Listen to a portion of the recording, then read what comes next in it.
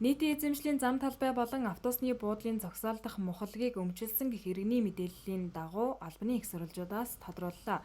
Тухайлбал холбооны замын эсрэг талын хуучнаар автобусны буудлын дах зогсоолд ажиллаж буй энэ мухалгийг иргэн өмчилсөн гэх мэдээллийг их сурвалж өгсөн.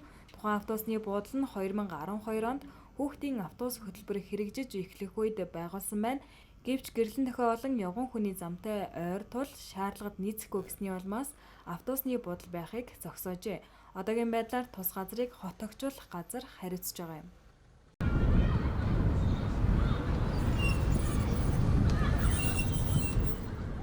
За Орхон аймгийн хэмжээнд нийт 221 буудал байхаас одоогийн байдлаар нэг 75 буудал ерс байна. Энэний нэг шаардлага хангаж байгаа нэг 23 буудал, одоо засварлах шаардлагатай нэг 52 буудал байгаад.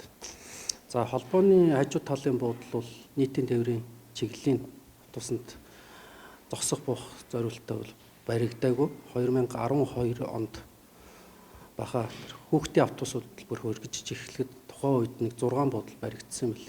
Тэгээд энэ тухайн 2 буудал нь болохоор яг нэг уулзуур гарцсан дээр гэрлэн дохион дээр болохоор нэг шаардлага хангахгүй гэдэг үүднээс бол ерөнхийдөө бол энийг бол ашиглахгүй гэсэн үүднээс зогсоосон байл.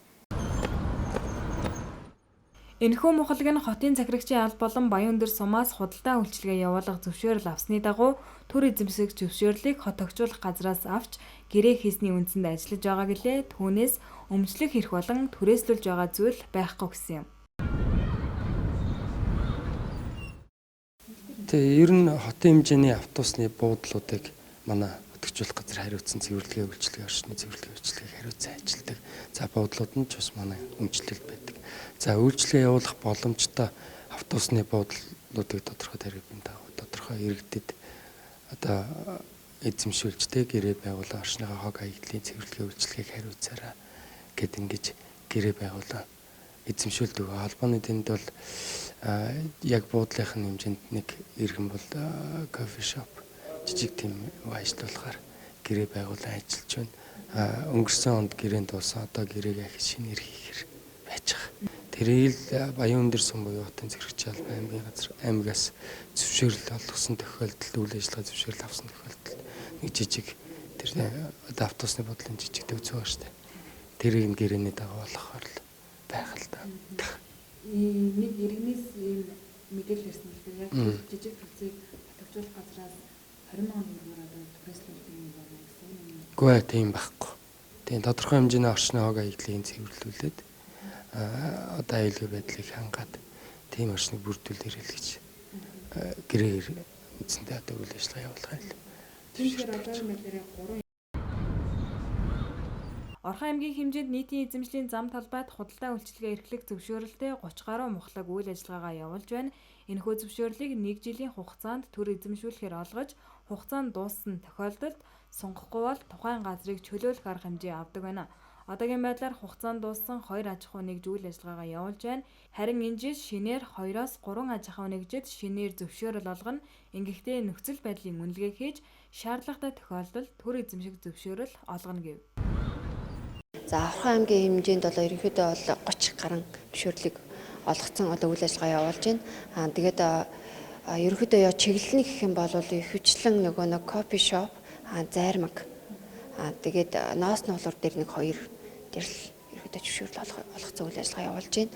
Тэгээд ерөнхийдөө стандарт гэх юм бол худалдаа үйлчилгээний одоо стандарт маань сая шинжлэгдээд 15-аас 20 м квадрат ядаж мухлагийн яг үндсэн стандарт бол 20-40 м квадрат дээр одоо стандарттай мухлагийн хэмжээний үйл ажиллагаа явуулна гэсэн заалт байгаа боловч одоо 20 м квадрат бас их том болж байгаа байхгүй. Яг нийтийн эзэмшлийн зам талбай дээр гэхээр ерөөхдөө ядаж 12-оос 15 м квадрат талбай дээр энэ шаардлага хангацсан. Тэгээд одоо хотын өнгөзөмжид одоо нөлөөлөхөөргүй одоо өнгөзөмжийн хувьд одоо өнгөлөг байдлаар гэсэн ерөөхдөө шаардлагыг хангаж байгаа. Тэгээ хоол үйлдвэрлэлийн чиглэлээр бол нөгөө мэргэжлийн хяналтын байгууллагын хоол үйлдвэрлэлийн чиглэлээр одоо үйл ажиллагаа явуулах зөвшөөрлөө авцсан тиймэрхүү байгууллагууд дээр иргэн болон аж ахуйн нэгжүүдэд зөвшөөрлийг олгоцсон.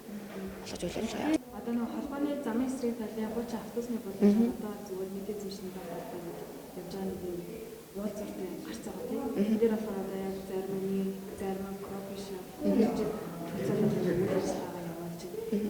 одоо яг эмчлийн зам дагуу байгаа тэр төц Монголд эзний дэлгүүр маань одоо тэр төцийг ингээд тэр хоёр одоо ажиллаж байгаа хоёр хүн маань ингээд өмчлөөд авсан байна гэсэн иргэний мэдээлэл ирсэн. Өмчлөх авах биш. Тэр яг автобус буудал талдаа болвол нөгөө нэг хот хөгжүүлэх мэдлийн газар гэдэг. Хот хөгжүүлэхтэйгээ гэрээ байгуулсан. 2-3 жилийн тийм гэрээтэй юм билээ. Тэгээ гэрээгээ үзүүлээд одоо гэрээнийхэн дагуу манайхаас ирж зөвшөөрөл авсан байгаа байхгүй. Тэрхэд түрээслэх зөвшөөрөл. Ерөөсөө нийт эзэмшлийн цамцлыг ерөөсөө өмчлөх ямар ч боломжгүй.